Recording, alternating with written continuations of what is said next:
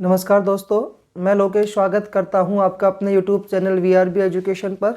दोस्तों, अपन ने जो पॉलिटी की सीरीज स्टार्ट की हुई थी उसी को आज कंटिन्यू करते हुए अपन पहुंच चुके हैं केंद्र सरकार की कार्यपालिका टॉपिक के ऊपर। और कार्यपालिका टॉपिक के ऊपर हमने दोस्तों इससे पहले जो कार्यपालिका जो टॉपिक था इसमें 2 वीडियोज़ बना चुके हैं, राष्ट्रपति के ऊपर और उपराष्ट्रपति के ऊपर।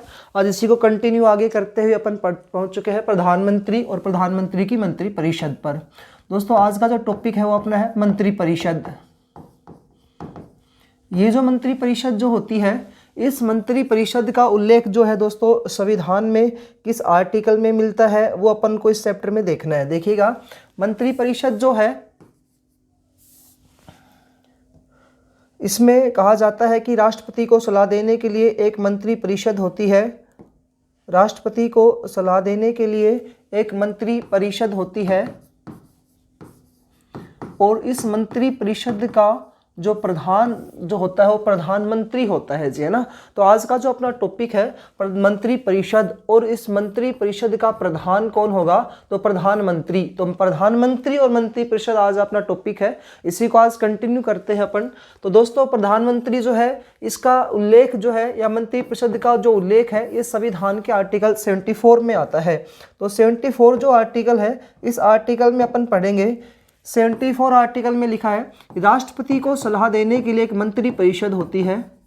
राष्ट्रपति को सलाह देने के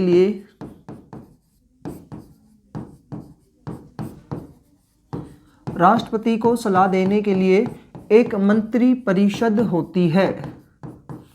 एक मंत्रिपरिषद होती है, यानी कि जो हमने राष्ट्रपति की शक्तियां टॉपिक पढ़ा था उसमें पढ़ा था कार्यपालिका शक्ति, विधायी शक्ति, न्यायिक शक्ति, वित्तीय शक्ति और उनकी विशेष शक्तियां। उस कार्यपालिका शक्ति में अनुच्छेद 53 टॉपिक आया था। उस अनुच्छेद 53 में हमने पढ़ा था कि राष्ट्रपति को सलाह देने के लिए एक मंत्रिपरिषद होती है। उसमें टॉपिक में अपन ये पॉइंट भी पढ़ा था, वहां पर यह आया था कि राष्ट्रपति जो होता है कार्यपालिका शक्ति उसके अंतर्गत निहित हुई होती है, यानी केंद्र सरकार की कार्यपालिका शक्ति राष्ट्रपति में निहित होती है। वो खुद किसी भी शक्ति का प्रयोग नहीं कर सकता, वो किसकी सलाह से मंत्रिपरिषद का किसकी सलाह से कार्य करता है, तो मंत्रिपरिषद की सलाह से ही वो कार्य करता है। ऐसा अनुच्छेद 53 में भी लिखा हुआ था। 74 कहता है कि राष्ट्रपति को सलाह देने के लिए एक मंत्रिपरिषद होती है, ठीक है जी। और इस मंत्रिपरिषद का प्रधान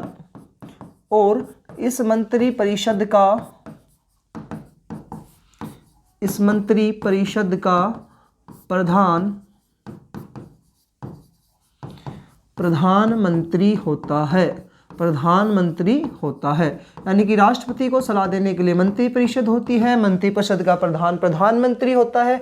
ये मंत्रिपरिषद का बहुमत कहाँ पर होता है, तो ये मंत्रिपरिषद का जो बहुमत होता है वो लोकसभा में होता है। कहाँ आता है जी, लोकसभा में इसका बहुमत होता है, ठीक है भाई। तो अगला पॉइंट है 75। ये कहता है 75 का 1 कहता है कि राष्ट्रपति के द्वारा प्रधानमंत्री की नियुक्ति की जाती है।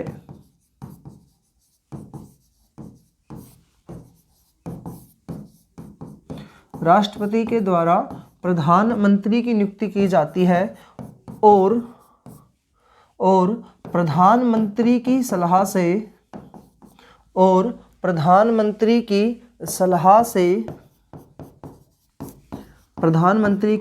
से राष्ट्रपति अन्य मंत्रियों की नियुक्ति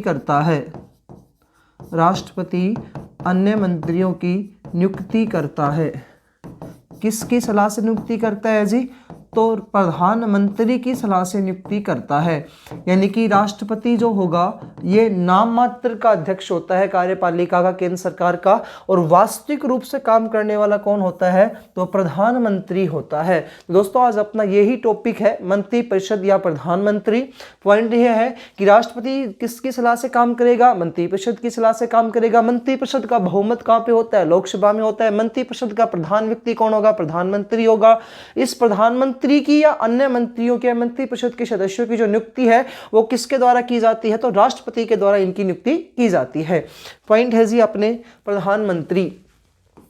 तो प्रधानमंत्री पहले स्टार्ट कर रहे हैं अपन प्रधानमंत्री का पॉइंट। तो प्रधानमंत्री की नियुक्ति कौन करता है, राष्ट्रपति करता है। प्रधानमंत्री की नियुक्ति कौन करता है जी? राष्ट्रपति करता है।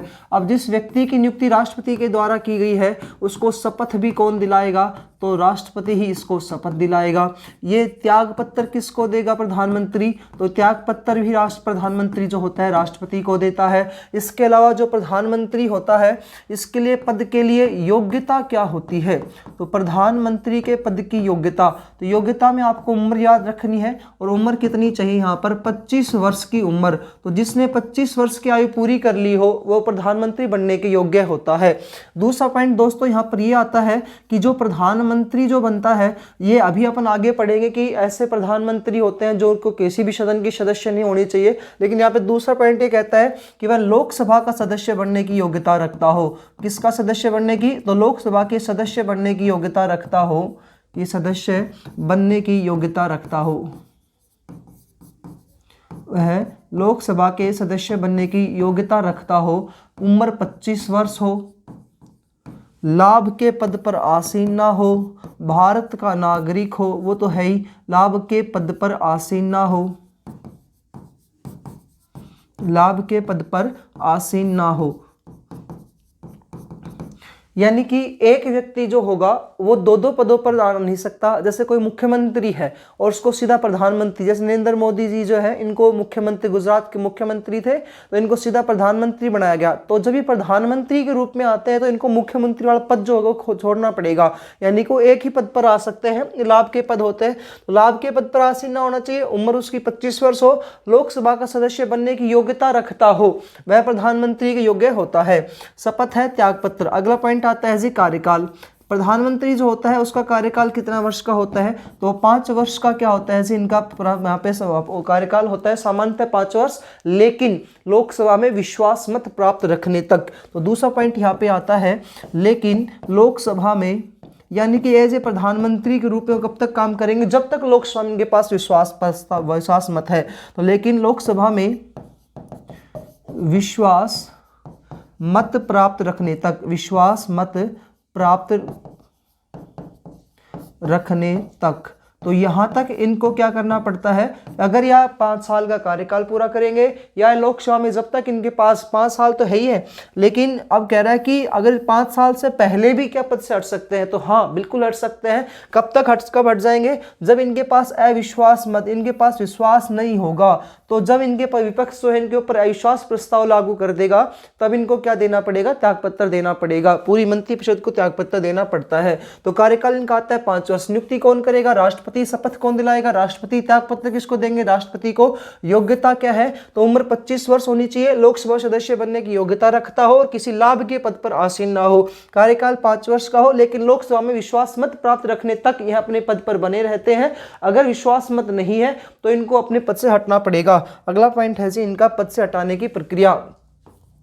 पद से हटाने की प्रक्रिया, पद से हटाने की प्रक्रिया। तो जो प्रधानमंत्री होते हैं उनको पद से कैसे हटाया जाता है, या जो लोकसभा के जो मंत्री परिषद होते हैं उनको पद से कैसे हटाया जाता है? तो उनको हटाने की जो प्रक्रिया होती है प्रधानमंत्री को और लोकसभा के सदस्यों को, तो उनको हटाने की जो प्रक्रिया है वो होती है अविश्वास प्रस्ताव के द्वारा। पॉइंट टू पॉइंट समझते जाना आप ये, और ये समझो कि आपके पेपर के लिए एज इट इज ही पूछे जाएंगे। प्रधानमंत्री को कैसे पद से हटाएंगे? तो अविश्वास प्रस्ताव के द्वारा इनको हटाया जाता है। अब ये अविश्वास प्रस्ताव जो होगा ये कहाँ पर लाया जाता है? तो ये कहाँ पर लाया जाएगा? लोकसभा में लाया जाएगा। कहाँ पर लाया जाएगा जी? ये लोकसभा में लाया जाएगा। लोकसभा में लाया जाएगा अविश्वास प्रस्ताव। लेकर के कौन आएगा इसको? तो कौन लेकर के आएगा? विपक्ष पार्टी होगी वो लेकर के आएगी। कौन लेकर के आएगा? कौन लेकर के आएगा? तो लेकर के आने वाली जो है वो है विपक्ष पार्टी। लोकसभा में विपक्ष पार्टी के द्वारा ये लाया जाता है। भाई 2 प्रकार की पार्टियां होती है, एक होती है पक्ष और दूसरी होती है विपक्ष। पक्ष वो है जिसकी सरकार है, यानी कि केंद्र सरकार में प्रधानमंत्री नरेंद्र मोदी की सरकार है तो उनकी तो पक्ष है, और उनके विरोध में जो बैठे हुए हैं वो सारे लोकसभा में जो बैठे हुए वो क्या है? सारे विपक्ष में है। तो विपक्ष पार्टी के सदस्य अविश्वास प्रस्ताव लेकर के आएंगे। कहां पर लेकर के आएंगे? लोकसभा में लेकर के आएंगे। अब क्या होगा, ये विपक्ष पार्टी सदस्य लेकर के आए और अविश्वास प्रस्ताव जो है इस पर कितने सदस्यों के हस्ताक्षर होने अनिवार्य है।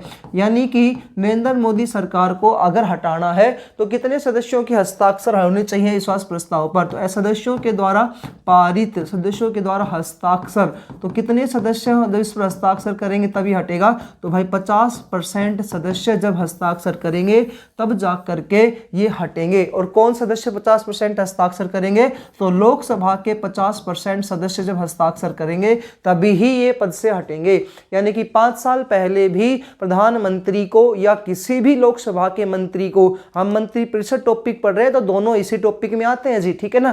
प्रधानमंत्री या मंत्री परिषद के जो सदस्य होते हैं इनको पद से हटाने के लिए प्रक्रिया लाई जाती है। प्रक्रिया का नाम होता है अविश्वास प्रस्ताव। अविश्वास प्रस्ताव कहां पेश किया जाता है, तो लोकसभा में। कौन प्रस्तुत करवाता है, विपक्ष पार्टी करवाती है। इसको पारित कितने सदस्यों के द्वारा हस्ताक्षर किया जाएगा, तो 50% सदस्यों के द्वारा हस्ताक्षर करके प्रधानमंत्री को पद से हटाया जा सकता है।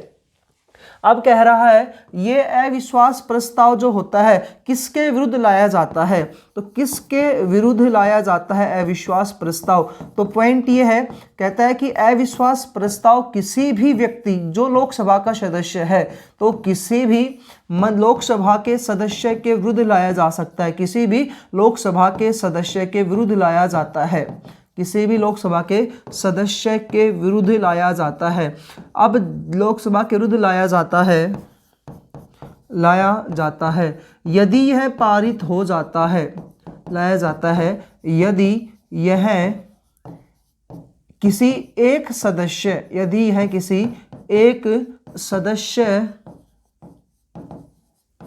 के ऊपर भी पारित हो जाता है, तो के ऊपर पारित हो जाता है, यानी अविश्वास प्रस्ताव लागू हो गया, पारित हो जाता है, तो संपूर्ण मंत्री परिषद को त्याग पत्र देना पड़ेगा, है तो संपूर्ण मंत्री परिषद को त्याग पत्र देना पड़ता है, संपूर्ण मंत्री परिषद को त्याग पत्र देना पड़ेगा।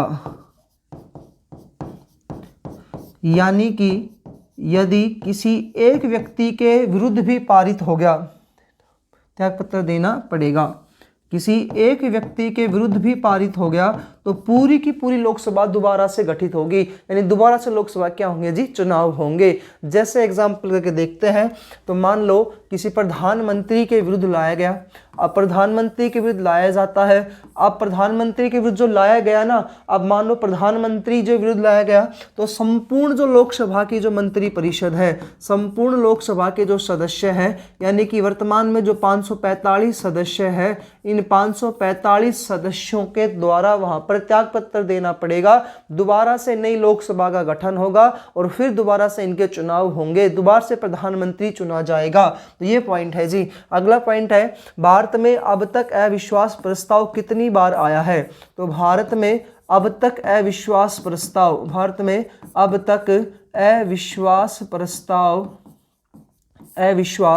प्रस्ताव दोस्तों 127 बार लाया जा चुका है, 127 बार लाया जा चुका है, लेकिन एक बार भी पारित नहीं हुआ है, लेकिन एक बार भी पारित नहीं हुआ है। एक बार ऐसी स्थिति आई थी कि वीपी सिंह के समय में पारित हो चुका था, लेकिन जैसे ही उनको पद से हटना था, जैसे ही मतलब उनके समय में पारित हो गया था, लेकिन उन्होंने पहले ही क्या दे दिया, त्याग पत्र दे दिया। पारित होने से पूर्व उन्होंने क्या दे दिया था, त्याग पत्र दे दिया था। 127 बार लाया गया है। पहली बार किसके विरुद्ध लाया गया था, तो पहली बार 1963 में लाया गया था, जेबी कृपलानी के द्वारा लेकर के, जेबी कृपलानी लेकर के आए थे 1963 में। जेबी कृपलानी के द्वारा पंडित जवाहरलाल नेहरू के ऊपर लाया गया, पंडित जवाहरलाल नेहरू के ऊपर लाया गया। ऐसे छोटे छोटे क्वेश्चन आपको पेपर में मिलेंगे के ऊपर लाया गया। तो अविश्वास प्रस्ताव जो है भारत में कुल 127 बार लाया गया है। मंत्री परिषद के खिलाफ लाया जाता है, वह मंत्री परिषद जिसका लोकसभा में बहुमत होता है उसके विरुद्ध लाया जाता है। कौन लेकर के आता है, तो विपक्ष लेकर के आता है। कितने सदस्यों के हस्ताक्षर होने अनिवार्य है, 50% सदस्यों के हस्ताक्षर होने अनिवार्य है।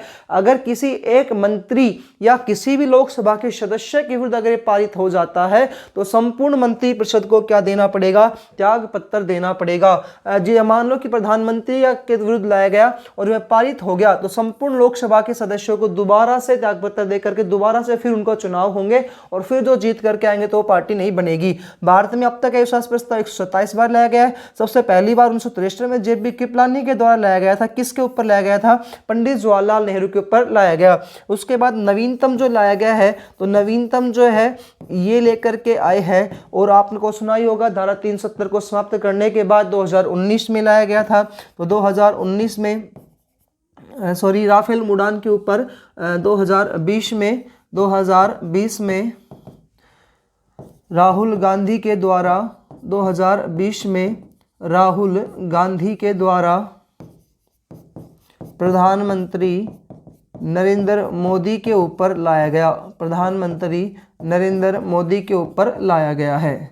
भाई राफेल उड़ान के मुद्दे पर लाया गया था जिसमें सुप्रीम कोर्ट ने यह आदेश दिया कि है देश की सुरक्षा से संबंधित है, देश की सेना की सुरक्षा से संबंधित मामला है और इस पर हम जो है वो इस पर कोई विचार नहीं कर सकते हैं और यह विश्वास प्रस्ताव गलत है। और उस समय देखिएगा संसद ने भी यहाँ पर कोई पास नहीं किया और पास होंगे भी नहीं क्योंकि 50% सदस्यों के हस्ताक्षर होने अनिवार्य हैं। तो आप सोच भी सकते हो कि 50% सदस्य तो आएंगे ही कहाँ से हस्ताक्षर करने के लिए, है ना जी। तो ये पॉइंट है विश्वास प्रस्ताव के द्वारा।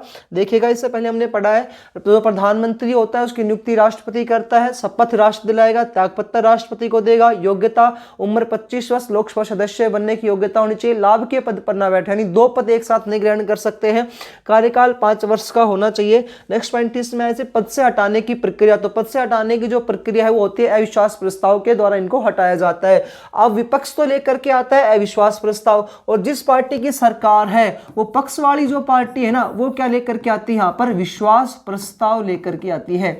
विश्वास प्रस्ताव कौन लेकर के आती है?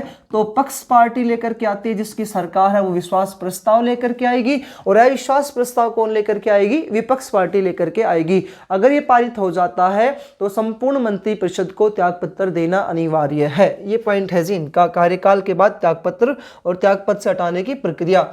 अब पॉइंट आता है इनके वेतन भत्ते जो होते हैं वो किससे लिए जाते हैं? तो 7वां पॉइंट आता है प्रधानमंत्री और मंत्रिपरिषद के जो वेतन भत्ते होते हैं वो संसद के द्वारा संचित निधि में से दिए जाते हैं। तो संसद के द्वारा संचित निधि में से दिए जाते हैं।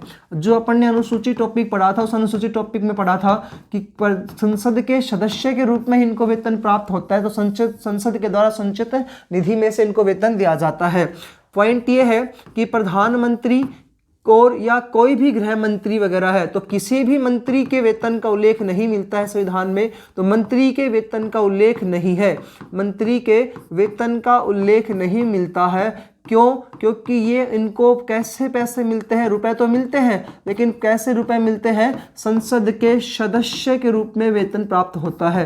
तो संसद के सदस्य के रूप में इनको वेतन प्राप्त होता है, संसद के सदस्य के रूप में वेतन प्राप्त होता है इनको जी, वेतन प्राप्त होता है। ठीक है जी, ये इनके वेतन भत्ते। कार्यकाल हो गया, वेतन भत्ते हो गए, शपथ होगी, पद से हटाने की प्रक्रिया हुई जी। ठीक है, नेक्स्ट पॉइंट आता है जो प्रधानमंत्री होता है उसका प्रधानमंत्री के रूप में चुनाव नहीं होते हैं, वो तो एज ए सांसद के रूप में चुनाव होते हैं। तो प्रधानमंत्री के चुनाव की प्रणाली, प्रधानमंत्री या मंत्रिपरिषद के चुनाव की वैसे जो प्रणाली जो होती है, चुनाव की जो पद्धति होती है वो किस आधार पर होती है? तो सार्वभौमिक वयस्क मताधिकार के आधार पर होती है। क्या आधार है जी? सार्वभौमिक वयस्क मताधिकार, यानी कि सब लोगों को वोट देने का अधिकार। तो मंत्रिपरिषद यानी कि लोकसभा के जो चुनाव होते हैं वो प्रत्यक्ष रूप से होते हैं, अप्रत्यक्ष रूप से। तो किस प्रकार से आएगा जी? प्रत्यक्ष रूप से होते हैं, सार्वभौमिक वयस्क मताधिकार के आधार पर इनके चुनाव होते हैं। किस रूप में चुनाव होते हैं? तो एक सांसद के रूप में इनके चुनाव होते हैं, और सांसद के रूप में इनके चुनाव, तो सांसद के रूप में ये निर्वाचित होते हैं। और निर्वाचित किसके द्वारा किए जाते हैं? निर्वाचित होते हैं। और निर्वाचित कौन करती है? तो जनता के द्वारा इनका क्या होता है जी? निर्वाचित होते हैं। जनता इनको चुनती है, तो जनता के द्वारा ये निर्वाचित होते हैं सांसद के रूप में। अब क्या अगला पॉइंट आता है, ये जो मंत्री परिषद लोकसभा की चुन करके आ गई, मान लो कि ये 545 सदस्य हैं, ये लोकसभा के चुन करके आए हैं हमारे सामने। ये 545 सदस्यों में से 543 सदस्यों के क्या होते हैं जी, चुनाव निर्वाचित होते हैं, 2 इसमें क्या होता है, मनोनीत होते हैं। और प्रधानमंत्री नरेंद्र मोदी ने एंग्लो इंडियन का पद क्या कर दिया, समाप्त कर दिया गया है। तो ये जो 543 सदस्य जो है ना जी, इन्होंने कहा कि हमें ए नाम के व्यक्ति को एज ए प्रधानमंत्री के रूप में बनाना है और इसे ही हम प्रधानमंत्री बनाएंगे। तो उन लोगों ने डिसाइड किया कि प्रधानमंत्री कौन बनेगा। तो जो डिसाइड करने वाला ये राष्ट्रपति नहीं होता किसको प्रधानमंत्री बनाया जाएगा, प्रधानमंत्री के लिए डिसाइड किया जाता है। 543 सदस्य डिसाइड करेंगे कि किसके नेतृत्व में सरकार बनेगी। तो 543 सदस्य जो है वो स्वयं में से ही जो जीत करके पहुंचे हैं, उनमें से क्या किया जाता है, यहाँ पर प्रधानमंत्री की चुनाव, प्रधानमंत्री के रूप में किसी को नियुक्त किया जाएगा। फिर उसको प्रधानमंत्री के रूप में नियुक्ति, शपथ, त्याग पत्र वगैरह जो कार्यकाल वगैरह जो आता है वो राष्ट्रपति इनको कर देता है जी। तो 545 सदस्य अपने आप में से क्या चुनते हैं, प्रधानमंत्री चुनते हैं। फिर प्रधानमंत्री जो होगा, इस प्रधानमंत्री की नियुक्ति राष्ट्रपति कर देता है। और फिर राष्ट्रपति जो है वो प्रधानमंत्री जिसको सलाह देगा कि इस व्यक्ति को आप गृह मंत्री बना दो, इसको आप रक्षा मंत्री बना देगा, इसको रक्षा मंत्री बना देगा, इसको वित्त मंत्रालय दे दो। तो ये जो काम होते हैं ये सारे वित्त मंत्री, रक्षा मंत्री, गृह मंत्री, अन्य जो कैबिनेट मंत्री के दर्जे वगैरह दिलवाएंगे ये राष्ट्रपति देगा। लेकिन किसकी सलाह से देगा, प्रधानमंत्री की सलाह से देगा। उम्मीद है दोस्तों आपको समझ में आ रहा होगा। पॉइंट जो है चुनाव की प्रणाली थी इनकी।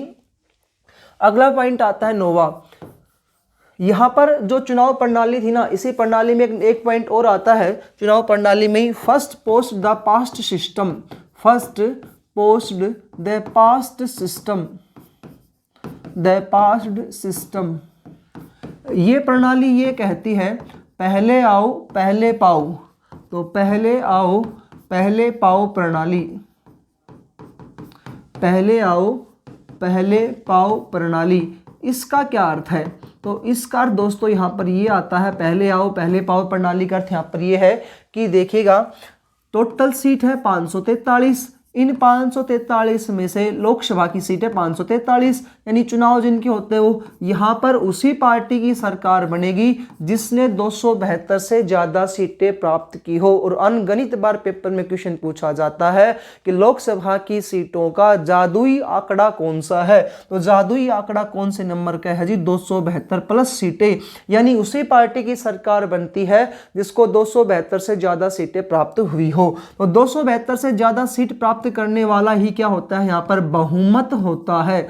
और बहुमत ही लोकसभा में अपने को चाहिए, यानी कि लोग 272 सीट प्राप्त होगी, वो बहुमत वाली क्या हो जाएगी, मंत्री परिषद हो जाएगी। अब ये जो मंत्री परिषद जिसको 272 से ज़्यादा सीटें मिल चुकी है, इसी मंत्री परिषद के लोगों ने अपने आप में से क्या डिसाइड कर दिया, प्रधानमंत्री बना दिया। इसी में से इन्होंने गृह मंत्रालय दिलवा दिया किसी को, इसी में से रक्षा मंत्री बनवा दिया, इसी में से किसी को वित्त मंत्री बना दिया जी। तो ये जो पॉइंट करने वाले हैं ये प्रधानमंत्री वगैरह, गृह मंत्री, रक्षा मंत्री, वित्त मंत्री किस में से बनाए जाते हैं, मंत्री परिषद में से बनाए जाते हैं। मंत्री परिषद में कहां पर होती है, तो लोकसभा में होती है मंत्री परिषद। इसका बहुमत कहां पे होता है जी, लोकसभा में इसका बहुमत होता है। इनकी नियुक्ति कौन करेगा, राष्ट्रपति करेगा। तो इस प्रकार से जी यहां पर कार्य स्टार्टिंग होता है। ठीक है भाई। तो first post the past system, पहले आओ पहले पाओ प्रणाली के तहत इस प्रकार से होता है। एक एग्जांपल और देखेगा आप, मान लो कि 2 पार्टियां चुनाव में खड़ी हैं, ए और बी। अब जिस पार्टी ने 272 से ज़्यादा प्लस सीटें प्राप्त कर ली, मान लो कि ए पार्टी ने 272 से ज़्यादा सीटें प्राप्त कर ली, तो राष्ट्रपति क्या करेगा, इन ए पार्टी के सदस्यों को, इन ए पार्टी के सदस्यों को कहेगा, यानी कि ये जो मंत्री परिषद हमारे सामने आ गई ना, इनको कहेगा कि आप सरकार बनाए, आप सरकार बनाए और इनको 2 माह के अंतर्गत बहुमत साबित करने के लिए कहेगा। अब ये बहुमत चाहे एक दिन में साबित हो जाए, लेकिन अधिकतम सीमा कितनी कर दी, 2 माह की सीमा इन्होंने निश्चित कर रखी है। 2 माह के अंतर्गत बहुमत साबित करना होता है भाई। पॉइंट ये है जिसके पास 272 प्लस सीट है तो उसके पास तो बहुमत पहले से अपने आप ही आ गया, क्योंकि जादुई आंकड़े कितने का होता है, 272 प्लस का होता है। तो जिसके पास 272 प्लस सीटें आ चुकी हैं उसी पार्टी की सरकार बनती है। राष्ट्रपति इसको मंत्री परिषद को कहेगा कि आप अपने आप में से प्रधानमंत्री चुने और प्रधानमंत्री के दायित्व के रूप में आप जिसे भेजना चाहते हैं उसको आप चुन करके मेरे पास भेजें। अब कई बार स्थिति ये होती है कि किसी भी पार्टी को बहुमत नहीं मिलता है, यानी कि 272 सीटें नहीं मिली, तब क्या होता है, एक पॉइंट तो आ गया कि मान लो कोई पार्टी आई उसको बना दिया गया। दूसरा पॉइंट कहता है मान लो किसी पार्टी को बहुमत नहीं मिला, 272 प्लस सीटें नहीं मिली, तो उसमें जो गठबंधन की सरकार बनाई जाती है उस गठबंधन की सरकार को यहाँ पर सरकार चलाने का आदेश दिया जाता है राष्ट्रपति के द्वारा। मान लो कि गठबंधन भी नहीं है, फिर इनमें से जो सबसे बड़ा जो दल होता है, तो सबसे बड़ा जो दल होता है उस सबसे बड़े दल के को कहा जाता है कि आप मंत्रिपरिषद वाले आप आओ और सरकार बनाओ, और आप लोगों को कितने महीने के अंतर्गत बहुमत साबित करना होता है, तो 2 माह के अंतर्गत बहुमत साबित करके दिखाओ और सरकार चलाए। तो राष्ट्रपति जो होगा 3 प्रकार से लोगों को, राष्ट्रपति जो होता है 3 प्रकार से मंत्रिपरिषद को इन्वाइट करता है।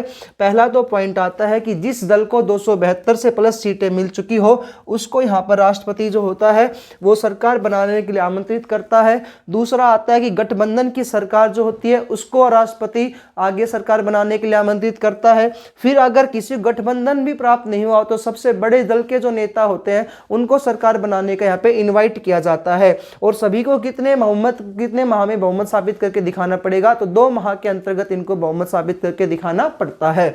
ये पॉइंट था दोस्तों first post the pass system का, पहले आओ पहले पाओ प्रणाली के अंतर्गत।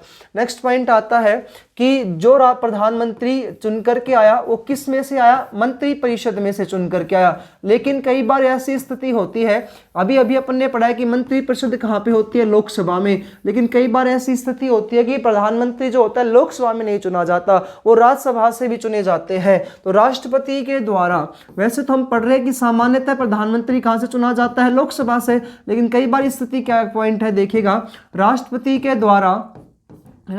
के द्वारा प्रधानमंत्री या किसी भी व्यक्ति को मंत्री बनाया जा सकता है। राष्ट्रपति के द्वारा प्रधानमंत्री या किसी भी व्यक्ति को मंत्री बनाया जा सकता है, लेकिन अब इन्हें 6 माह के अंतर्गत, कितने माह के अंतर्गत जी, 6 माह के अंतर्गत यहाँ पर सदस्यता लेनी अनिवार्य है। तो जिस सदन में इनको इनवाइट किया गया सदस्यता लेनी अनिवार्य है।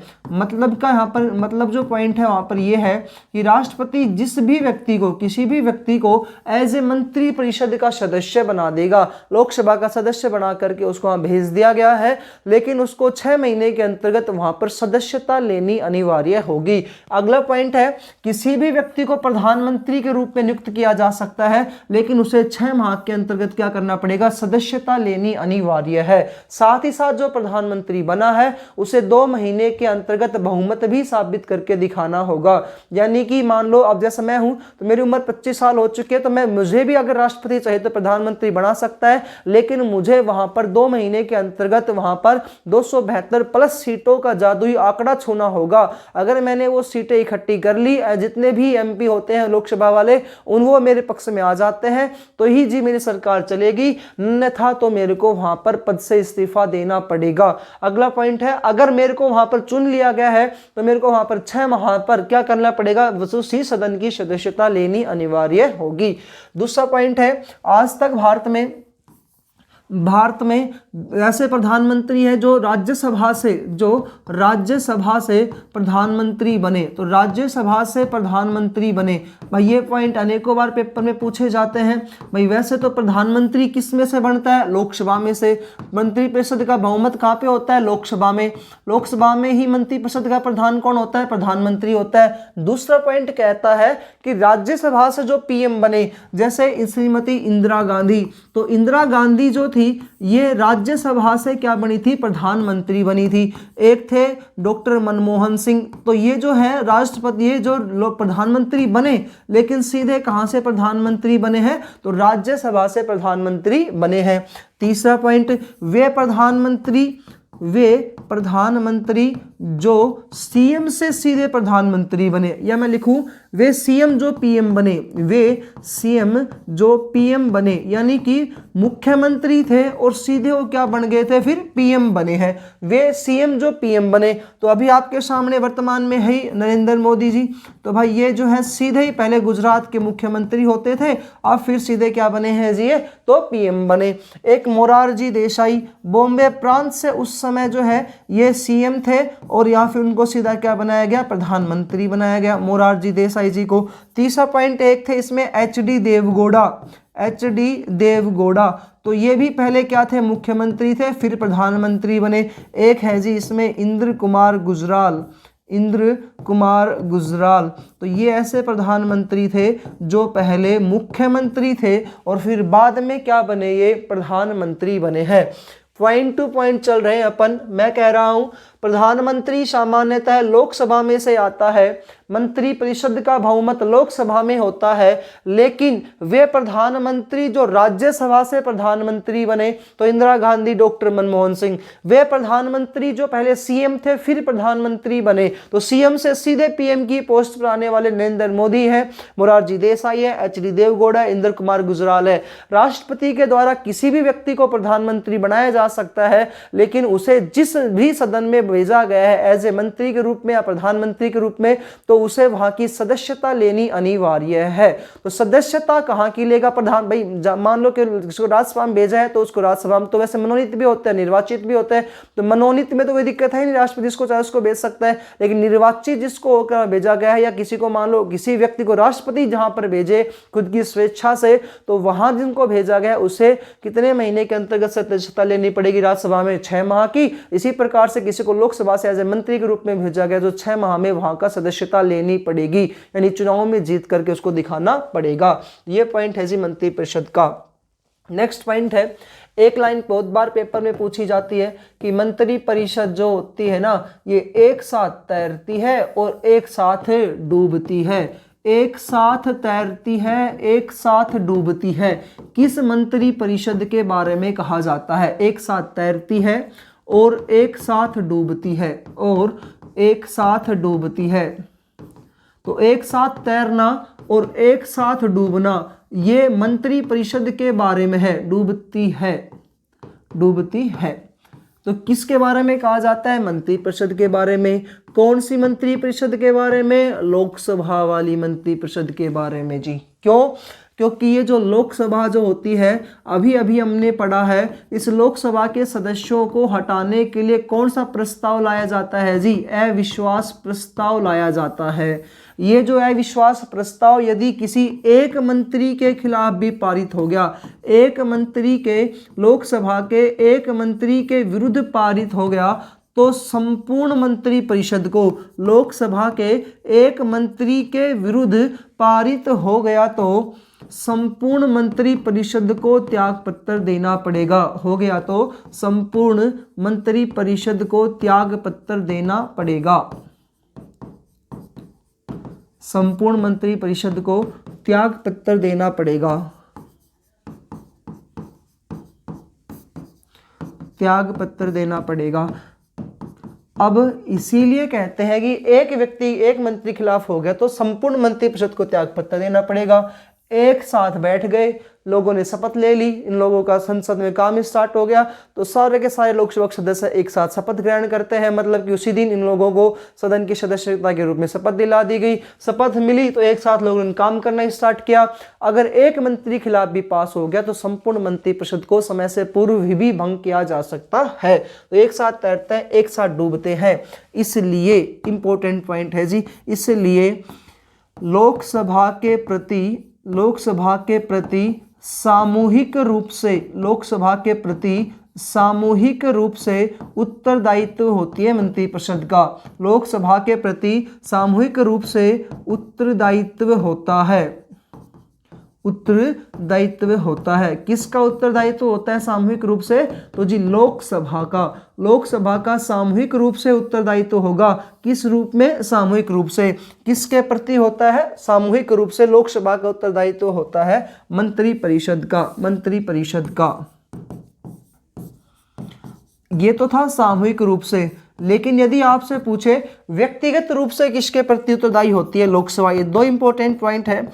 लोकसभा का व्यक्तिगत रूप से या इसको अपन मंत्री परिषद का करते हैं, मंत्री परिषद का व्यक्तिगत रूप से उत्तरदायित्व है। तो व्यक्तिगत रूप से जो इनका उत्तरदायित्व होता है वो किसके प्रति होता है? राष्ट्रपति के प्रति होता है। क्यों? क्योंकि जब तक राष्ट्रपति चाहे तब तक ये अपने पद पर बने रहते हैं और प्रधानमंत्री की सलाह से राष्ट्रपति जब चाहे तब लोकसभा को भंग कर सकता है ना जी। तो व्यक्तिगत रूप से इनका उत्तरदायित्व पूछे तो आप राष्ट्रपति के प्रति कर दीजिएगा, और आपसे पूछे सामूहिक रूप से उत्तरदायित्व लोकसभा मंत्री परिषद का किसके प्रति होता है? तो लोकसभा के प्रति होता है जी। ठीक है, ये इनका पॉइंट था मंत्री परिषद का और प्रधानमंत्री का। दोस्तों उम्मीद आपको समझ में आया होगा। नेक्स्ट पॉइंट आता है अपना अब तक के प्रधानमंत्री, अब तक के पीएम, अब तक के पीएम। दोस्तों आपको पता है देश के प्रथम प्रधानमंत्री कौन बने थे? पंडित जवाहरलाल नेहरू जी। तो प्रथम प्रधानमंत्री बने पंडित जवाहरलाल नेहरू। और जब हमने संविधान निर्माण टॉपिक पढ़ाया था उस टॉपिक में मैंने आपको बताया था कि एक अंतरिम सरकार का गठन हुआ था, अंतरिम सरकार का गठन हुआ था। हमने उस टॉपिक में दो टॉपिक्स को क्लियर किया था, संविधान सभा और एक थी जी अंतरिम सरकार। इस अंतरिम सरकार का गठन हुआ था 2 सितंबर 1946 को, और इसी दिन इस अंतरिम सरकार के सदस्यों ने देश के प्रथम प्रधानमंत्री के रूप में पंडित जवाहरलाल नेहरू के नाम में चुना था। देश के प्रथम प्रधानमंत्री कौन बने थे? पंडित जवाहरलाल नेहरू। तो इनका टाइमिंग कब से स्टार्ट होता है जी? 2 सितंबर 1946 से लेकर के, और जब देश में प्रथम आम चुनाव हुए थे 1952 में, तो 1952 तक का जो टाइमिंग है इनका एज ए मनोनीत प्रधानमंत्री के रूप में है जी। इसके रूप में ये मनोनीत पीएम थे इस टाइम पर ये भाई। ठीक है, तो देश के प्रथम प्रधानमंत्री बने पंडित जवाहरलाल नेहरू। पहला कार्यकाल इनका आता है 1946 से लेकर के 1952 का। दूसरा कार्यकाल अभी भी हमने पढ़ा है कि राष्ट्र प्रधानमंत्री का जो कार्यकाल होता है 5 वर्ष का होता है, तो 52 से 57। दूसरा कार्यकाल कब से कब तक का आ जाएगा? 1952 से लेकर के और 1957 तक का जो कार्यकाल है इनका दूसरा कार्यकाल आता है। तीसरा कार्यकाल इनका आता है फिर 57 से लेकर के और 62 तक का, 57 से लेकर के और 1962 तक का तीसरा कार्यकाल था। चौथा कार्यकाल भी स्टार्ट हो चुका है इनका 62 से लेकर के 1964 तक का, और 64 में जी इनकी क्या होगी? पद पर रहते हुए मृत्यु हुई। 1964 में पद पर रहते हुए मृत्यु हुई इनकी जी, पद पर रहते हुए मृत्यु को प्राप्त हुए थे। तो पद पर रहते हुए मृत्यु हुई, पद पर रहते हुए मृत्यु हुई। कब? 1964 में। तो एक कार्यकाल वेरी वेरी इंपॉर्टेंट है, अनेकों बार पेपर में आएगा। इस समय तो जो इनका पॉइंट है वो किस रूप में आता है? तो इस समय ये निर्वाचित प्रधानमंत्री के रूप में थे, और स्टार्टिंग वाला जो है वो कैसे थे? मनोनीत प्रधानमंत्री के रूप में इन्होंने कार्य किया था। देश के प्रथम प्रधानमंत्री पंडित जवाहरलाल नेहरू। सर्वाधिक कार्यकाल पूर्ण करने वाले प्रधानमंत्री, तो सर्वाधिक कार्यकाल पूर्ण करने वाले भी यही है, सर्वाधिक कार्यकाल पूर्ण करने वाले पीएम। एक क्वेश्चन पूछता है कि देखिएगा 2 क्वेश्चन आते हैं। हमने जब राष्ट्रपति टॉपिक पढ़ा था उसमें मैंने आपको बताया था कि राष्ट्रपति जो होता है ये 26 जनवरी को झंडा फहराता है, और प्रधानमंत्री जो होता है 15 अगस्त को लाल किले से झंडा फहराता है। तो क्वेश्चन इतना सा पूछता है कि 15 अगस्त को सर्वाधिक बार झंडा फहराने वाले प्रधानमंत्री कौन है? तो पंडित जवाहरलाल नेहरू ही सर्वाधिक बार झंडा फहराने वाले प्रधानमंत्री है। क्यों? क्योंकि हर साल अपन क्या बनाते हैं? स्वतंत्रता दिवस बनाते हैं, 15 अगस्त को बनाते हैं। अब आप इनकी टाइमिंग आप देखोगे तो इस प्रकार से टाइमिंग जो है इनका कार्यकाल सबसे ज्यादा इन्हीं का है। तो सबसे ज्यादा बार झंडा भी कौन फहराएंगे? तो प्रधानमंत्री ही जो है पंडित जवाहरलाल नेहरू जी, यही सर्वाधिक बार झंडा फहराएंगे। तो इनका जो लगभग टाइमिंग था वो 16 वर्ष और 286 दिनों तक का इनका क्या था जी? कार्यकाल है। 16 वर्ष 286 दिनों का इनका क्या था भाई? इसमें कार्यकाल था। और इस कार्यकाल के दौरान उन्होंने महत्वपूर्ण कार्य किए, जैसे डीआरडीओ रक्षा मंत्रालय की इन्होंने स्थापना की जी। तो डीआरडीओ रक्षा मंत्रालय की इन्होंने स्थापना की थी इस समय में।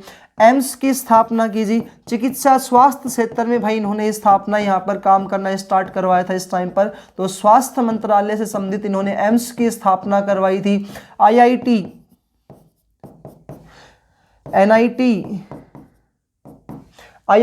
एनआईटी, ये जो जितनी भी शैक्षणिक संस्थाएं होती है, तो शैक्षणिक संस्थाएं की इन्होंने स्थापना करवाई। शैक्षणिक मंत्रालयों की इन्होंने क्या किया था यहाँ पर स्थापना करवाई थी।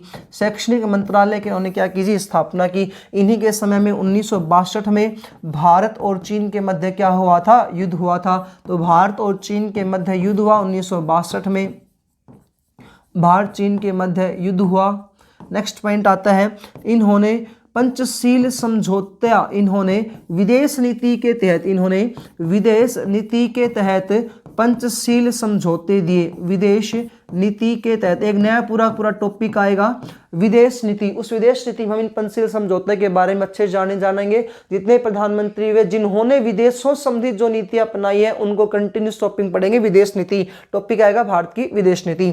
तो विदेश नीति के तहत पंचशील समझौता दिया।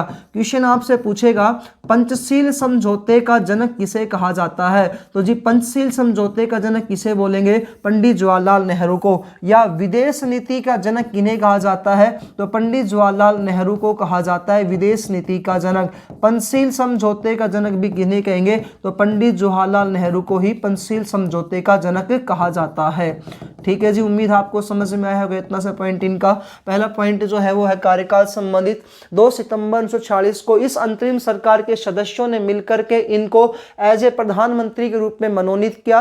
तो एकमात्र देश के है प्रधानमंत्री जिन्होंने मनोनीत भी और निर्वाचित भी हुए, तो पंडित जवाहरलाल नेहरू। इन्होंने लगभग 46 से लेकर के 52 तक इनका जो टाइमिंग है वो मनोनीत प्रधानमंत्री के रूप में हुआ। और देश में जो आम चुनाव यानी जिसमें जनता ने भाग लिया, लोकसभा और विधानसभा के चुनाव 1952 में हुए थे, पहली बार आम चुनाव हुए थे उनमें, और उन चुनाव में इनको विजय हासिल हुई, प्रधानमंत्री के रूप में इनकी सरकार बनी। 52-57 एक कार्यकाल, 57 से 62 का, फिर 62 से 64 का कार्यकाल। 1966 में हार्ट अटैक की मृत्यु से, हार्ट अटैक आ गया इनको झटका, और उसमें उनकी क्या होगी, हृदयघात से इनकी मृत्यु हो गई है। 64 के बाद इनका जो 16 वर्ष का और 286 दिन का क्या रहा जी इनका कार्यकाल रहा।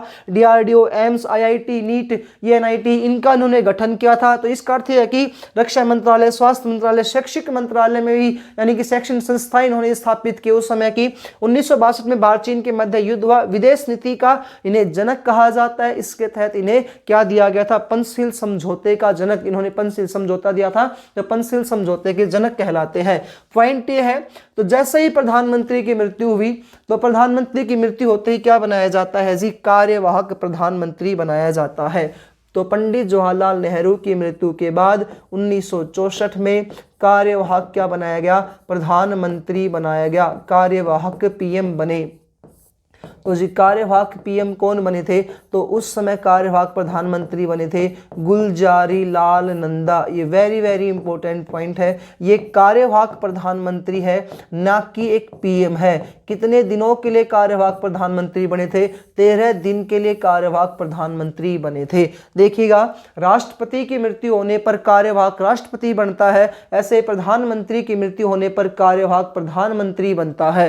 राष्ट्रपति की मृत्यु होते ही कार्यवाहक राष्ट्रपति जो होता है वो उपराष्ट्रपति को बनाया जाता है, सुप्रीम कोर्ट के मुख्य न्यायाधीश को बनाया जाता है। यहाँ पर पार्टी के सदस्य लोग डिसाइड करेंगे किसको कार्यवाहक प्रधानमंत्री के रूप में भेजा जाएगा, और इनके चुनाव की कोई समय सीमा नहीं है कि यहाँ पे लिखा है यथाशीघ्र चुनाव करवाने अनिवार्य है, या वो 545 सदस्य जो लोकसभा सदस्य वो अपने आप में से भी किसी को एज ए प्रधानमंत्री के रूप में वहां भेज भी सकते हैं।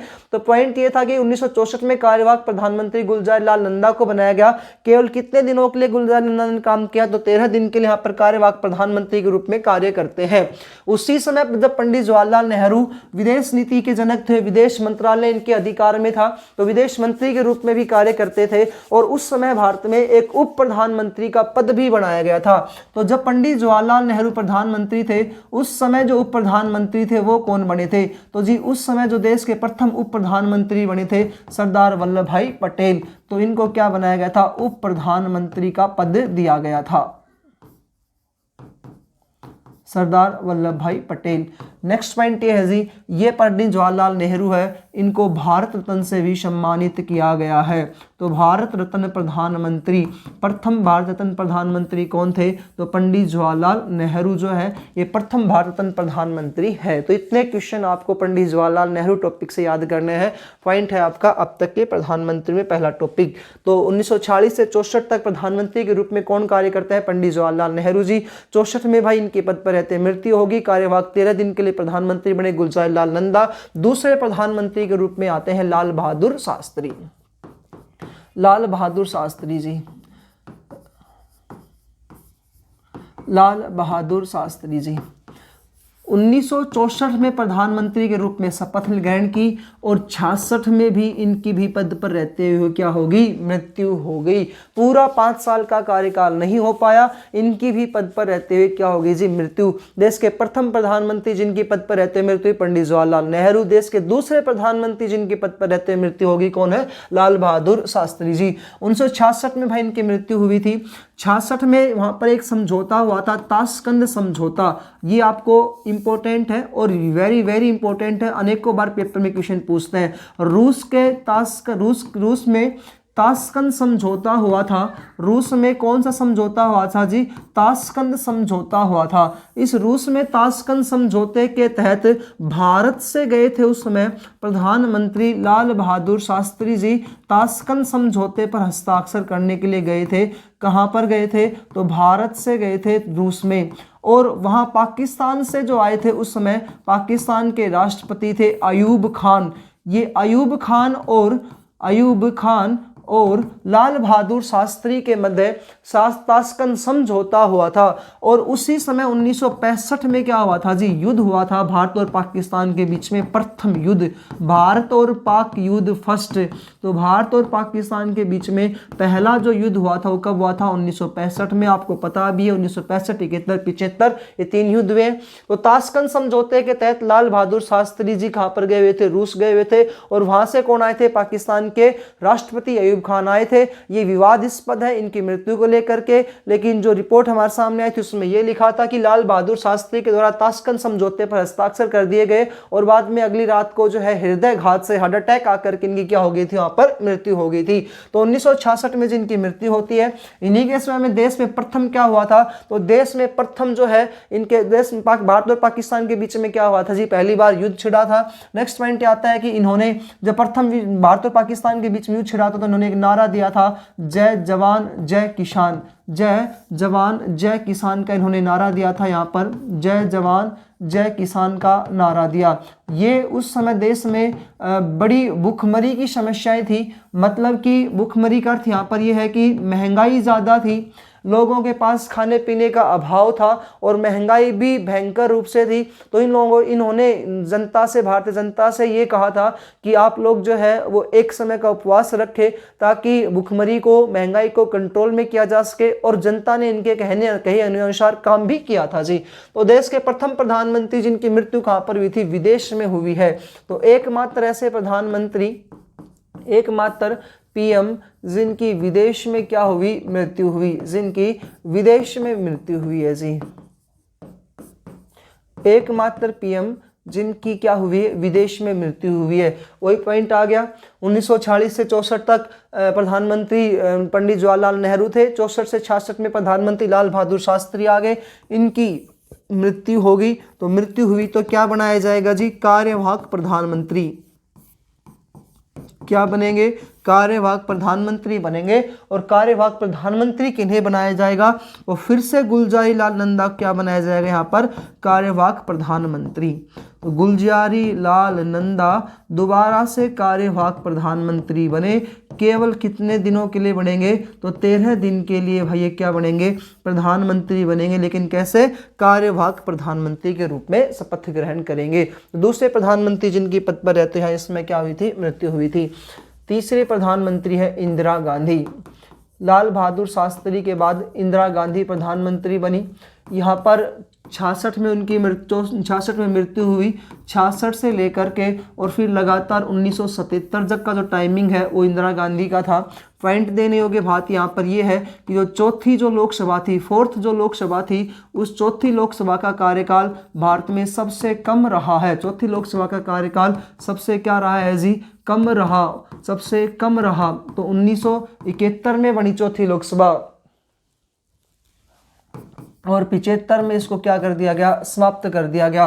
पांचवी जो लोकसभा है उसका कार्यकाल क्या रहा है जी, सबसे ज्यादा रहा है। पांचवी लोकसभा का कार्यकाल सबसे ज्यादा रहा है। सबसे कम पूछे तो चौथी लोकसभा का सबसे कम कार्यकाल सबसे कम रहा, और सबसे ज्यादा पूछे तो पांचवी लोकसभा का कार्यकाल सबसे ज्यादा रहा है, सबसे ज्यादा रहा है। इंदिरा गांधी देश की प्रथम व एकमात्र महिला प्रधानमंत्री है, एकमात्र महिला प्रधानमंत्री है, एकमात्र महिला पीएम है। इन्हें भी भारत रत्न से सम्मानित किया गया, भारत रत्न से सम्मानित किया गया। इनके समय में 1971 में भारत पाक युद्ध हुआ, भारत पाकिस्तान युद्ध हुआ।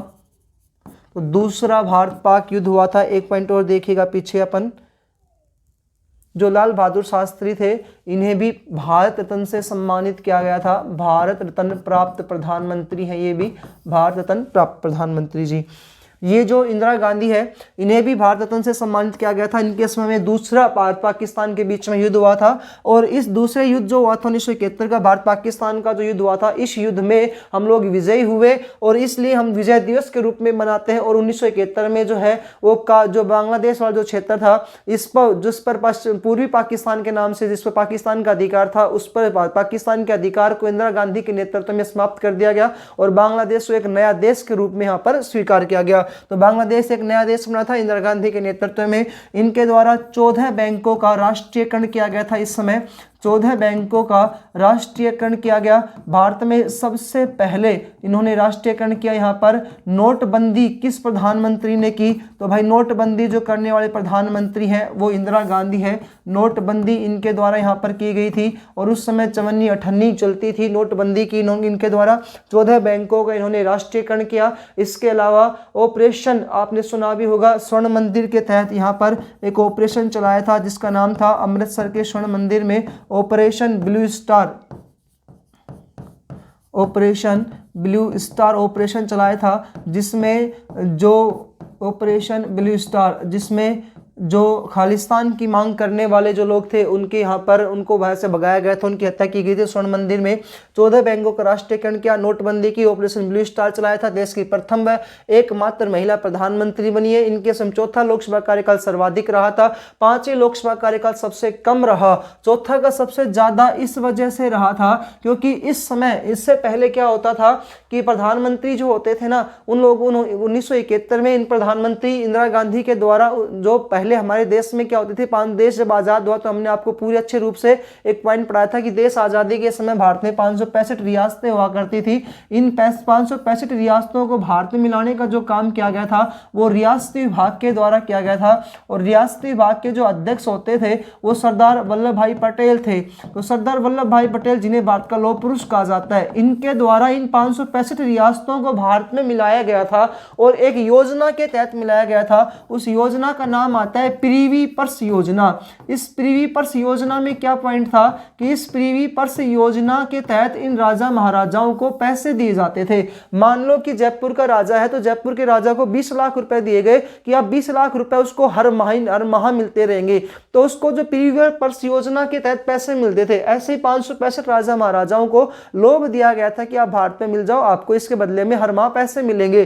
तो इनको प्रिवी पर्स योजना इनके द्वारा लागू की गई थी और इंदिरा गांधी ने यहाँ पर क्या किया, 1971 में प्रिवी पर्स योजना को क्या कर दिया जी, समाप्त कर दिया। तब इन्हीं के जो कांग्रेस वाले नेता या विपक्ष वाले जो नेता थे ये इनका विरोध करने लग गए और तब इन्होंने राष्ट्रपति के पास कहा कि आप हम लोकसभा को भंग कर दीजिएगा। तो राष्ट्रपति प्रधानमंत्री की सलाह लेकर के चौथी लोकसभा क्या कर देता है, भंग कर देता है। उसके बाद 5वीं लोकसभा का कार्यकाल आया और इसको सबसे ज्यादा कहा जाता है क्योंकि इन्होंने यहाँ पर यह संविधान संशोधन कर दिया था, 42वां संविधान संशोधन 1976 में किया और इस संविधान संशोधन के तहत इन्होंने ये कह दिया कि लोकसभा का कार्यकाल जो होगा, लोकसभा का कार्यकाल जो होगा वो 5 वर्ष का ना होकर के कितना हो जाएगा, 6 वर्ष का हो जाएगा।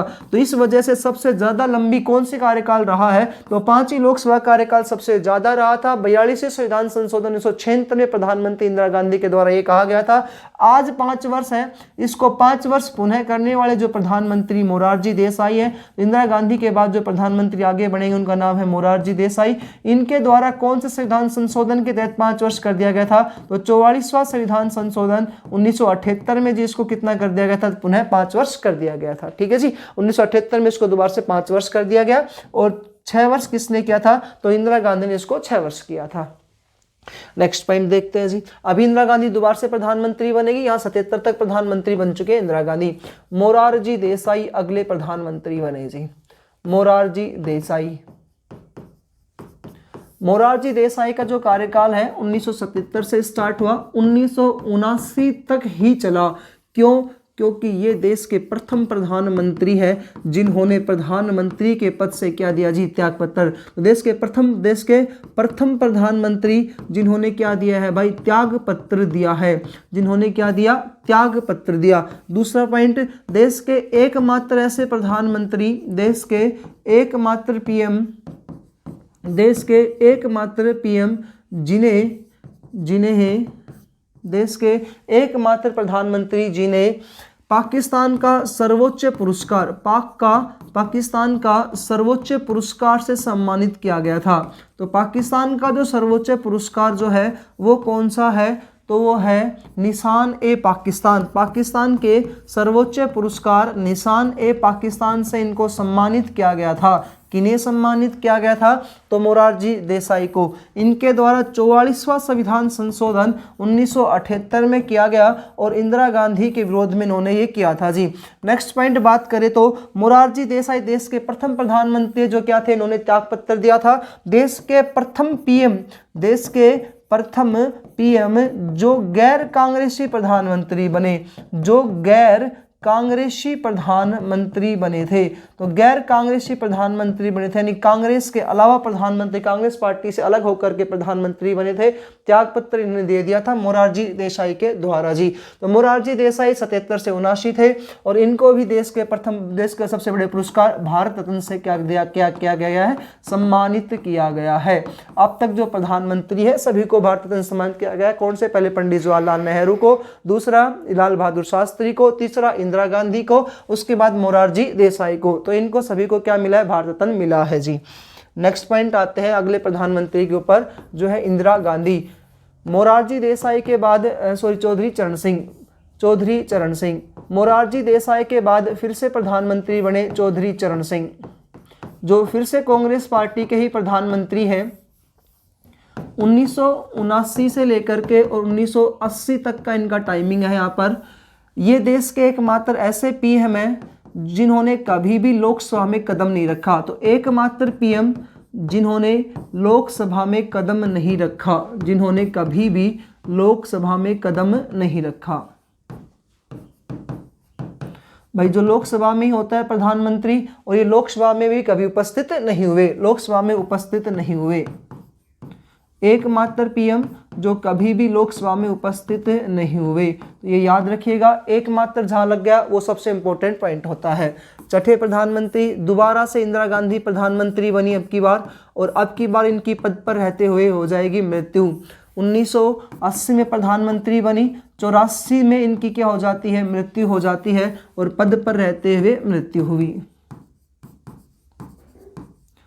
पद पर रहते हुए मृत्यु को प्राप्त हुई इस टाइम पर। अगले प्रधानमंत्री इनके बेटे को बनाया गया, राजीव गांधी को। जो राजीव गांधी उस समय पायलट हुआ करते थे, जिनका राजनीति से कोई लेना देना नहीं था राजीव गांधी का। 1984 से इनका टाइमिंग स्टार्ट हुआ और 1989 तक का भाई इनका टाइमिंग है। देश में पहली बार, देश में सर्वप्रथम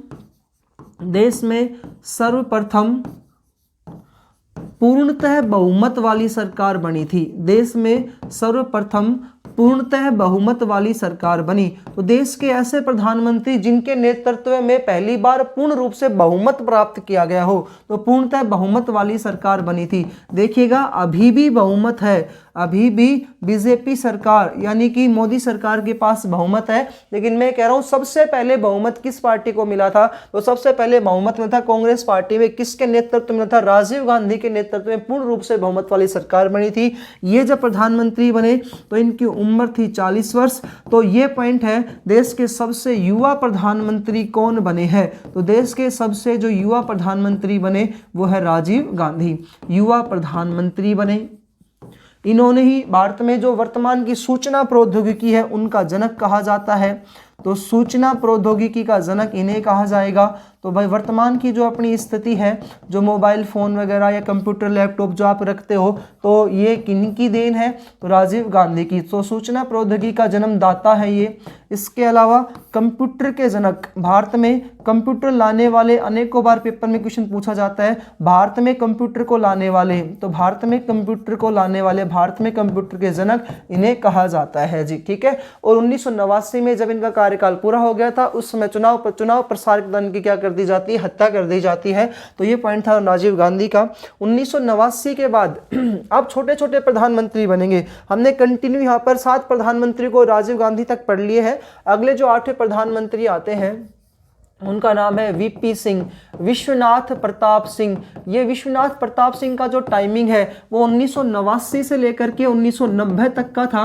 देश में पहली बार इनके समय में क्या हुआ था? अविश्वास प्रस्ताव पारित हुआ था, अविश्वास प्रस्ताव पारित हो गया था। लेकिन इन्होंने जिस दिन इनके ऊपर ही लागू होने वाला था उससे पहले इन्होंने क्या दे दिया? त्याग पत्र दे दिया। तो अविश्वास प्रस्ताव से हटने वाले प्रथम प्रधानमंत्री, से हटने वाले प्रथम या एकमात्र प्रधानमंत्री है ये। तो लागू होने से पहले पारित हो चुका था, तो लागू होने जब इसको लागू करने वाले थे तो उससे पहले क्या दे दिया था? त्याग पत्र दे। अविश्वास प्रस्ताव से हटने वाले प्रथम पीएम थे, विश्वनाथ प्रताप सिंह इनका नाम है जी। उसके बाद प्रधानमंत्री बने चंद्रशेखर। वीपी सिंह के बाद प्रधानमंत्री बने चंद्रशेखर। चंद्रशेखर का जो टाइमिंग है ये 1990 से 1991 तक का था। कोई खास काम नहीं आते हैं जिन प्रधानमंत्री के बारे में। नेक्स्ट प्रधानमंत्री के नाम आते हैं अटल बिहारी वाजपेयी जी। अटल बिहारी वाजपेयी जी कहते हैं कि भारत में सबसे लोकप्रिय जो प्रधानमंत्री है, जिनको जनता का समर्थन था, वो थे अटल बिहारी वाजपेयी जी। यहाँ पर क्षमा करिएगा, अभी 1 मिनट पॉइंट छोड़िएगा, छूट गया है। 1990 से 1991 में यहाँ पे आएंगे पीवी नरसिम्हा राव। सॉरी दोस्तों, पीवी नरसिम्हा राव अगले प्रधानमंत्री बने चंद्रशेखर के बाद 1991 से 1996 तक। ये जो देश के प्रधानमंत्री जो है, इन्हें लगभग 40 भाषाओं का ज्ञान था। पीवी नरसिम्हा राव को इन्हें युवा तुर्क के नाम से भी जाना जाता है। और पीवी नरसिम्हा राव के द्वारा ही भारत में आप जानते हो कि इनके द्वारा पंचायती राज और ग्रामीण व शहरी स्थानीय स्वशासन को इनको द्वारा भारत में क्या गया था? संवैधानिक दर्जा दिया गया था। यानी कि संविधान में महत्वपूर्ण संविधान संशोधन किया गया था। 73वां और 74वां संविधान संशोधन इनके द्वारा किया गया था, 1992 में हुए थे। इसके अलावा देश में 1992 में इन्होंने संविधान में एक भाग जोड़ा, 9वां, इसके तहत 9 कै जोड़ा। इसमें संविधान में अनुच्छेद जोड़े इनके संविधान संशोधन तहत 243 और इसके तहत 243 ए या कै जोड़ा। इसके अलावा संविधान में अनुसूची इनके द्वारा जोड़ी गई है, 2 अनुसूचियां जोड़ी गई थी, एक 11वीं अनुसूची जोड़ी इनके द्वारा और एक 12वीं अनुसूची इनके द्वारा जोड़ी गई है जी। तो ये पीवी नरसिम्हा राव के बारे में आपको याद रखना है। अगले प्रधानमंत्री बने 11वें नंबर पे अटल बिहारी वाजपेयी जी। और अटल बिहारी वाजपेयी जी को भारतीय लोकतंत्र का एक तरीके से सबसे प्रिय नेता या लोकप्रिय नेता के रूप में इनको जाना जाता है, अटल बिहारी वाजपेयी जी। अटल बिहारी वाजपेयी जी का जो टाइमिंग है 1996 में था। और केवल कितने दिनों के लिए यहाँ पर प्रधानमंत्री बने?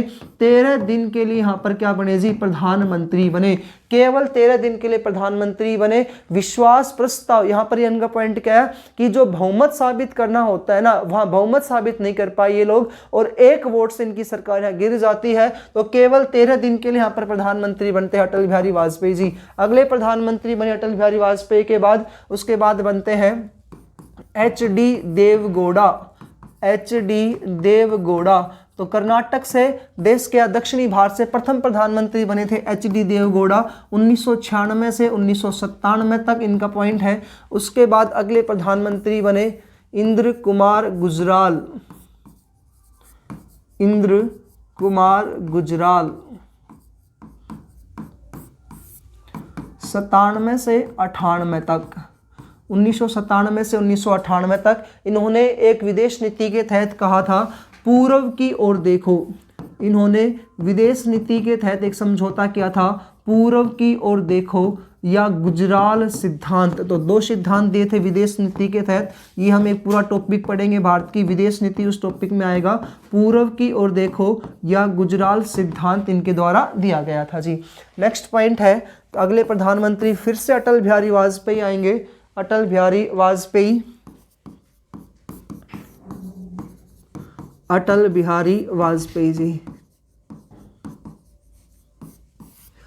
1998 में फिर से प्रधानमंत्री बने और अब की बार पूरे 5 साल तक एज ए प्रधानमंत्री के रूप में कार्य करते हैं। अटल बिहारी वाजपेयी जी जो थे, इनके समय में दोस्तों यहाँ पॉइंट आप समझिएगा, अटल बिहारी वाजपेयी ने इसी समय यूएनओ में हिंदी में भाषण दिया। तो यूएनओ में हिंदी में भाषण देने वाले एकमात्र प्रधानमंत्री कौन थे? अटल बिहारी वाजपेयी जी थे। दूसरा पॉइंट दोस्तों यहाँ पर ये आता है कि इन्हें भी भारत रत्न से सम्मानित किया गया है। भारत रत्न से सम्मानित प्रधानमंत्री है, भारत रत्न से सम्मानित प्रधानमंत्री। राजीव गांधी के बाद अगर भारत रत्न से कोई सम्मानित हुए तो अटल बिहारी वाजपेयी जी हैं। और आपको पता है 2015 में इनको भारत रत्न से सम्मानित किया गया था। राजीव गांधी के बारे में हमने लिखा था, शायद छूट गया होगा, तो भारत रत्न से सम्मानित है ये, भारत रत्न से सम्मानित प्रधानमंत्री, भारत रत्न से सम्मानित थे जी। अटल बिहारी वाजपेयी ने यूएनओ में भाषण दिया था। देश के प्रथम पूर्णतः गैर कांग्रेसी प्रधानमंत्री, देश के प्रथम पूर्णतः गैर कांग्रेसी प्रधानमंत्री। देखिएगा वहाँ मैंने लिखा था देश के प्रथम गैर कांग्रेसी प्रधानमंत्री, और यहाँ पर आते हैं जी देश के प्रथम पूर्णतः गैर कांग्रेसी प्रधानमंत्री। अटल बिहारी वाजपेयी के बाद 2004 से लेकर के और आपको पता है 2014 तक जो प्रधानमंत्री रहे थे वो है डॉक्टर मनमोहन सिंह। 15वें प्रधानमंत्री आते हैं डॉक्टर मनमोहन सिंह। और इनकी जो विशेषताएं मैं आपको बताई दी थी कि डॉक्टर मनमोहन सिंह जी जो थे ये राज्यसभा से प्रधानमंत्री बने थे। तो 2004 से लेकर का एक कार्यकाल आता है और 2014 तक का इनका कार्यकाल 2 कार्यकालों में इन्होंने कंप्लीट किया है। तो 2 कार्यकाल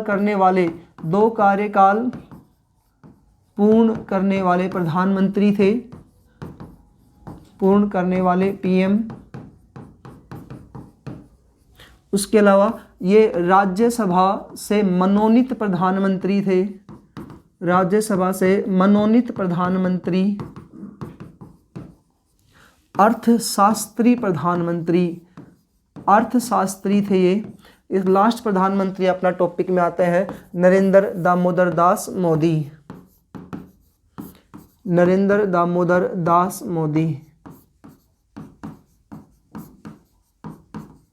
इनका जो कार्यकाल है पहले 2014 से लेकर के 2019 तक का, और फिर कार्यकाल आता है 30 जून 2019 से और 2024 तक का, या लगातार।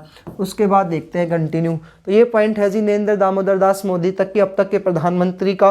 टॉपिक आज का था दोस्तों अपना प्रधानमंत्री और मंत्रिपरिषद। मंत्रिपरिषद जो होता है इसका अध्यक्ष प्रधानमंत्री होता है, जितनी भी संस्थाएं होती है उनका अध्यक्ष प्रधानमंत्री होता है। यदि आपको समझ में आया हो तो दोस्तों वीडियो को लाइक करें, चैनल को सब्सक्राइब करें। मिलते हैं दोस्तों अन्य वीडियो में। जय हिंद, जय भारत।